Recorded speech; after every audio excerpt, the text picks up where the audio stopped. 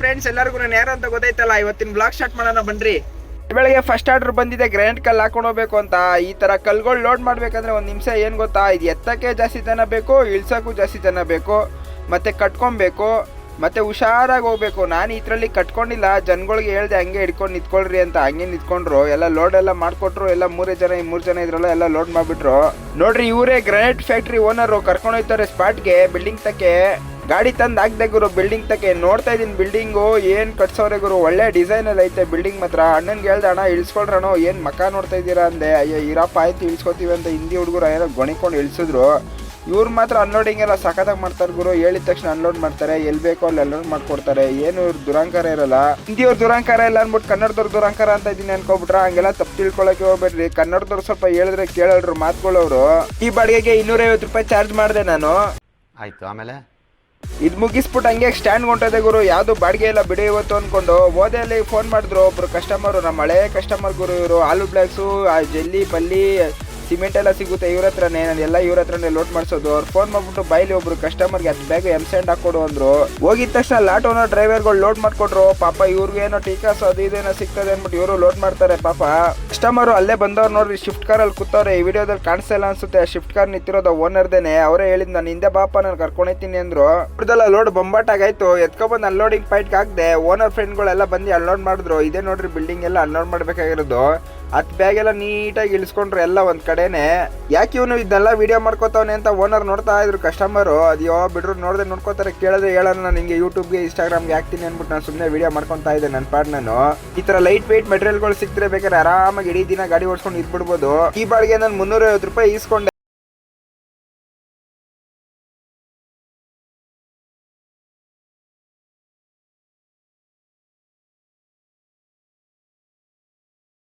ಬತ್ತಿದ್ದೆ ಗುರು. ಇಲ್ಲಿ red colour shirt ಹಾಕೊಂಡವ್ರಲ್ಲ ಅಣ್ಣ, ಓಯ್ ಅಂತವ್ರೆ. ನನ್ ಗಾಡಿ ನೋಡ್ಬಿಟ್ಟು ಯಾರು ಹಿಂಗ್ ಕುಕ್ತವ್ರಲ್ಲ ಅಂತ ಗಾಡಿ ಸೈಡ್ಗೆ ಹಾಕ್ಬಿಟ್ಟು ನೋಡ್ರೆ ಬಂದ್ಬಿಟ್ಟು, ಅಣ್ಣ ನಮ್ದೊಂದು ಅಂಗಡಿ ಶಿಫ್ಟ್ ಮಾಡ್ಕೊಡ್ಬೇಕಲ್ಲ ತಾತ್ಕುಣಿಗೆ ಅಂದ್ರು. ಅಯ್ಯೋ ಅಷ್ಟೇ ತಾನೇ ಬಾಣ, ಹೋಯ್ತಾ ಇದೀನಿ ಹೆಂಗೋ ನಾನು ಅಲ್ಲಿಗೆ ಹಂಗೆ ಶಿಫ್ಟ್ ಮಾಡ್ಕೊಡ್ತೀನಿ ಅಂದೆ. ಹೋಗಿ ಗಾಡಿ ಹಾಕ್ದೆ. ಇಷ್ಟು ಜನ ಇದ್ರು, ನನ್ಗಂತೂ ಫುಲ್ ದಿಲ್ ಖುಷ್ ಆಗೋಯ್ತು ಬಿಡು. 5 ನಿಮಿಷಕ್ಕೆ ಲೋಡ್ ಮಾಡ್ತಾರೆ ಅನ್ಕೊಂಡೆ. ಗುರು ಒಂದ್ ಸ್ವಲ್ಪ ಐಡಿಯಾ ಇದ್ದಿಲ್ಲ. ನಾನೊಂದ್ ಸ್ವಲ್ಪ ಹೇಳ್ದೆ, ಅಣ್ಣ ಇಲ್ಲೊಬ್ರು ಇಟ್ಕೊಳ್ರಿ ನಿಮ್ಗೆ ಈಸಿ ಆಯ್ತದೆ ಅಂದೆ. ಹೋಗೆಲ್ಲ ಕರೆಕ್ಟಾಗಿ ಹಂಗೆ ಇಟ್ಕೊಟ್ರು. ಹೆಂಗೋ ಅವ್ರಿಗೂ ಈಸಿ ಆಯ್ತು. ಹಂಗೆ ಎತ್ಕೊಬಂದು ಗಾಡಿ ಲೋಡ್ ಮಾಡ್ಬಿಟ್ರು. ಅರಿ ಇವ್ರು ಹೇಳಿದ್ ನೋಡ್ಬಿಟ್ಟು ಇದೊಂದೇ ಪೀಸು ಅನ್ಕೊಂಡೆ. ಇಲ್ಲಿ ನೋಡ್ದೆ ಇನ್ನೊಂದು ಐತೆ ಅಣ್ಣ, ಇದೆಲ್ಲ ಫುಲ್ ಖಾಲಿ ಮಾಡ್ಬೇಕು ಅಂದ್ರು. ಅಯ್ಯೋ ನಾನು ಇದೇನಪ್ಪ ಇದೆಲ್ಲ ಖಾಲಿ ಮಾಡ್ಬೇಕಾ, 1 ಟ್ರಿಪ್ ಆಗಲ್ಲ ಅಂದೆ. 1 ಟ್ರಿಪ್ ಆಗಿಲ್ಲ ಅಂದ್ರೆ 2 ಟ್ರಿಪ್ ಮಾಡೋಣ, ಎಷ್ಟಾರ ಟ್ರಿಪ್ ಮಾಡೋಣ, ಒಟ್ನಲ್ಲಿ ಇವತ್ತು ಖಾಲಿ ಮಾಡ್ಲೇಬೇಕು ಅಂದ್ರು. ಅಯ್ಯೋ ನೀನ್ ಇಷ್ಟ ಹೇಳ್ದಲ್ಲ ಬಿಡೋಣ, ಎಷ್ಟೋ 2 ಟ್ರಿಪ್ಪಲ್ಲೇ ಮಾಡ್ಕೊಡ್ತೀನಿ, ಇಲ್ಲಾಂದ್ರೆ 3 ಟ್ರಿಪ್ಪಲ್ಲಿ ಆಯ್ತದೆ ಅಂದ್ರೆ. ಅಣ್ಣ ಫುಲ್ ದಿಲ್ ಖುಷ್ ಆಗ್ಬಿಟ್ರು. ಅಣ್ಣ 2-3 ಟ್ರಿಪ್ಪಲ್ ಆದ್ರೆ ನನಗೂ ಕಮ್ಮಿ ಆಯ್ತದ ಅಣ್ಣ, ನಿನ್ಗೊಂದು 50 ರೂಪಾಯಿ ಎಕ್ಸ್ಟ್ರಾ ಕೊಡ್ತೀನಿ ಅಣ್ಣ, 2-3 ಟ್ರಿಪ್ಪಲ್ಲೇ ಮಾಡ್ಬಿಡು ಅಂದರು. ಸರಿ ಬಿಡೋಣ ಅನ್ಬಿಟ್ಟು ನಾನು ಶಿಸ್ತಾಗಿ ಲೋಡ್ ಮಾಡ್ಕೊಂಡು ಅಲ್ಲಿಂದ ಹೊರಟೆ. ತಕೊಂಡ್ ಗಾಡಿ ಅನ್ಲೋಡ್ ಪಾಯಿಂಟ್ ಹಾಕಿದ ತಕ್ಷಣ, ಅಣ್ಣ 2 ಟ್ರಿಪ್ ಇಲ್ಲ 3 ಟ್ರಿಪ್ ಆಯ್ತದೆ, ದಯವಿಟ್ಟು ಬೇಗ ಅನ್ಲೋಡ್ ಮಾಡ್ಬಿಡಿ ಅಂದೆ. ಅಣ್ಣ ಅನ್ಲೋಡ್ ಏನೋ ಇಷ್ಟು ಜನ ಇದೀವಿ, ಒಂದೊಂದು ಐಟಮ್ ಒಂದೊಂದು ಸತ ಎತ್ಬಿಟ್ರೆ ಖಾಲಿ ಆಗೋಯ್ತದ ಬಿಡು, ನಾನು ಟೆನ್ಷನ್, ನೀನು ಯಾಕಣ್ಣ ಇಷ್ಟು ಟೆನ್ಷನ್ ತಗೋತೀಯ ಅಂದ್ರು. ಅಯ್ಯೋ ನನ್ ಟೆನ್ಷನ್ ಅಲ್ಲಪ್ಪ, ನೀವು ಬೇಗ ಖಾಲಿ ಮಾಡ್ರಿ, ಇಲ್ಲಾಂದ್ರೆ ಬಾಡಿಗೆ ಜಾಸ್ತಿ ಹಾಕ್ಬಿಡ್ತೀನಿ ಅಂದೆ. ನೀನ್ ಹಂಗೆಲ್ಲ ಮಾಡ್ಗಿಡಿ ಬಿಡಿಯಪ್ಪ, ಇದೊಂದೇ ಐಟಮ್ ಇರೋದು, ಬೇಗ ಇಳಿಸ್ಬಿಡ್ತೀವಿ ಅಂದ್ರು. ಆಯ್ತು ಅನ್ಬಿಟ್ಟು ನಾನು ಬೇಗ ಮಾಡ್ರಿ ಅಂತ ಫೋರ್ಸ್ ಮಾಡ್ತಾ ಇದ್ದೆ. ಅವರು ಅದಕ್ಕೂ ಟೆನ್ಷನ್ ಆಗ್ಬಿಟ್ಟು, ಎತ್ತಿ ಬಿಸಾಕ್ರ ಇದು ಐಟಮ್ ನ ಹುಡುಗ ಯಾಕೋ ಟೆನ್ಷನ್ ಮಾಡ್ತಾವನೆ ಅನ್ಬಿಟ್ಟು ಬೇಗ ಅನ್ಲೋಡ್ ಮಾಡ್ಕೊಟ್ಬಿಟ್ರು. ಅದಾದ್ಮೇಲೆ ತಿರ್ಗಾ 2ನೇ ರೌಂಡ್ ಹೋದೆ ಲೋಡ್ ಮಾಡ್ಸಕ್ಕೆ. ಅಯ್ಯೋ ಈ ಹೋದ್ ಸತ ಕಮ್ಮಿ ಇದ್ ಗುರು, ಈ ಸತ ಸರಿಯಾಗಿ ತುಂಬ್ತಾರೆ ನೋಡ್ರಿ. ಅಯ್ಯೋ ನಾನು ಹೋದ್ ಸತ ಇದ್ದಷ್ಟೇ ಇದ್ಬಿಟ್ಟಿದ್ರೆ ಆಯ್ತಪ್ಪ ಅನ್ಬಿಟ್ಟು ಖುಷಿಯಾಗಿದ್ದೆ. ಮೇಲ್ಗಡೆ ಟಾಪ್ ಅಲ್ಲಿ ಗೀಪಲ್ಲಿ ಎಲ್ಲ ತುಂಬಿಡ್ತಾರೆ. ಈ ಸತ ಹಿಂಗೆ ನೋಡ್ತಾ ಇರ್ರಿ, ಲಾಸ್ಟ್ ಅಲ್ಲಿ ತೋರಿಸ್ತೀನಿ. ಹೋದ್ ಸತ ಇದ್ದಂಗೆ ಇದ್ಬಿಟ್ಟಿದ್ದೆ, ಇದ್ರೆ ಸಾಕಪ್ಪ ಅನ್ಕೊಂಡು ಅಲ್ಲಿಂದ ಬಂದೆ. ಇವ್ರು ಈ ಸತ ಫಿಕ್ಸ್ ಆಗ್ಬಿಟ್ಟಿದ್ರು, ಸರಿಯಾಗಿ ಲೋಡ್ ಮಾಡ್ಬೇಕು ಇನ್ ಗಾಡಿಗೆ ಅಂತ. ಒಂದೊಂದೇ ಐಟಮ್ ಜಾಗ ಎಲ್ಲ ಮಾಡಿ ತುರುಕ್ತವ್ರೆ. ಈ ಲೋಡ್ ಸರಿಯಾಗಿ ತುಂಬೋರೆ.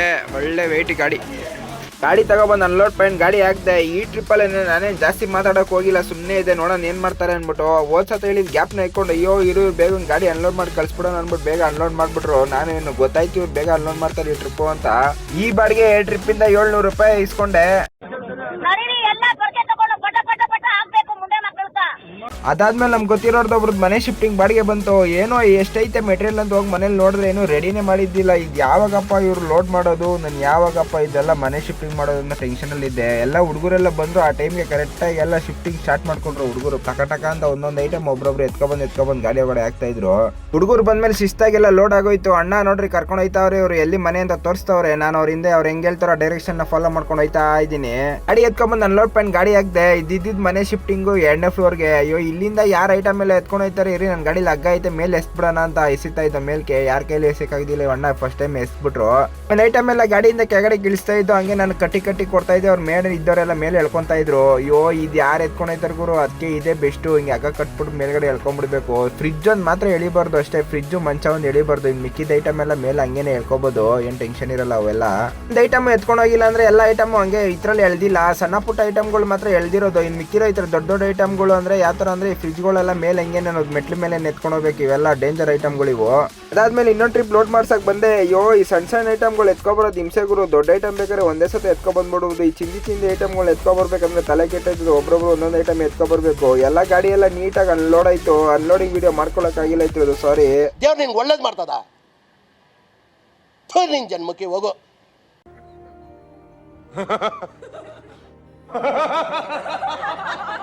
ಈ ಬಾಡಿಗೆ 1300 ರೂಪಾಯಿ ಕೊಟ್ರು. ಅದಾದ್ಮೇಲೆ ಸಾಯಂಕಾಲ ಗಂಟ ಯಾವ ಬಾಡಿಗೆನೂ ಇಲ್ಲ, ತಲೆ ಕೆರ್ಕೊಂಡು ಕೂತಿದ್ದೆ. ಆಮೇಲೆ ನಮ್ಮ ಹುಡುಗ ಫೋನ್ ಮಾಡ್ಬಿಟ್ಟು ಬೈಲಿ ಒಡೆರಳ್ಳಿಗೆ ಒಂದು 15-20 ಮರ ಹಾಕೊಡ್ಬೇಕು ಅಂದ. ಹೋಗಿ ಗಾಡಿ ಹಾಕ್ದೆ. ಅಯ್ಯೋ ಇಷ್ಟಿಷ್ಟು ಉದ್ದ ಮರಗಳು ಗುರು, ಇದು ಹಾಕೊಂಡು ಹೋಗೋದೇ ಟೆನ್ಷನ್. ಜಾಸ್ತಿ ಇದ್ರೆ ಹಿಂದೆ ಬರಲ್ಲ, ಕಮ್ಮಿ ಇದ್ರೆ ಹಿಂದೆ ಬಂದ್ಬಿಡುತ್ತಂತ ಪ್ರಾಬ್ಲಮ್ಮು. ಮಾಡ್ಕೊಂಡೇನೋ ಹೊಲ್ಟೆ. ನೋಡ್ರಿ ಅಣ್ಣ ಒಂದೊಂದೇ ಮರ ಎಳ್ದೇಳ್ ಬಿಸಾಕ್ತವ್ರೆ. ಅಯ್ಯೋ ಇದೇನು 15 ಮರ ಎಷ್ಟೊತ್ತು ಅನ್ಲೋಡ್ ಮಾಡೋದು ಬಿಟ್ಟು ಟೆನ್ಷನ್ ಇಲ್ಲ. ಅಯ್ಯೋ ಈ ಜಾಗ ನೋಡ್ರಿ ರೀ ಹೆಂಗೈತೆ. ಈ ತರ ಜಾಗಕ್ಕೆ ಬಂದ್ರೆ ನನಗೊಂದು ಸತ ತಲೆ ಕೆಟ್ಟೋಯ್ತದೆ, ಇಲ್ಲೇ ಇದ್ಬಿಡೋಣ ಅನ್ಸ್ಬಿಡ್ತದೆ. ಈ ಬಾಡಿಗೆ ಇದ್ದಂಗೆ 400 ರೂಪಾಯಿ ಕೊಟ್ರು. ಇನ್ನು ಅರ್ನಿಂಗ್ ಬಂದೆ 3000 ರೂಪಾಯಿ. ಅದ್ರಲ್ಲಿ 800 ರೂಪಾಯಿ ಡೀಸೆಲ್ ಖರ್ಚಾಗೈತೆ. ಇದ್ರ ವ್ಲಾಗ್ಸ್ ಬೇಕಾದ್ರೆ ಸಬ್ಸ್ಕ್ರೈಬ್ ಮಾಡ್ರಿ, ಫಾಲೋ ಮಾಡ್ರಿ, ಲೈಕ್ ಮಾಡ್ರಿ, ಕಮೆಂಟ್ ಮಾಡ್ರಿ, ನಿಮ್ಮ ಫೀಡ್ಬ್ಯಾಕ್ನ ತಿಳಿಸಿ. ಥ್ಯಾಂಕ್ ಯು, ಬಾಯ್ ಬಾಯ್. ಇಷ್ಟು ಹೇಳಕ್ಕೆ ಇಷ್ಟಪಡ್ತೀನಿ. ಓಕೆ ಫ್ರೆಂಡ್, ಬಾಯ್.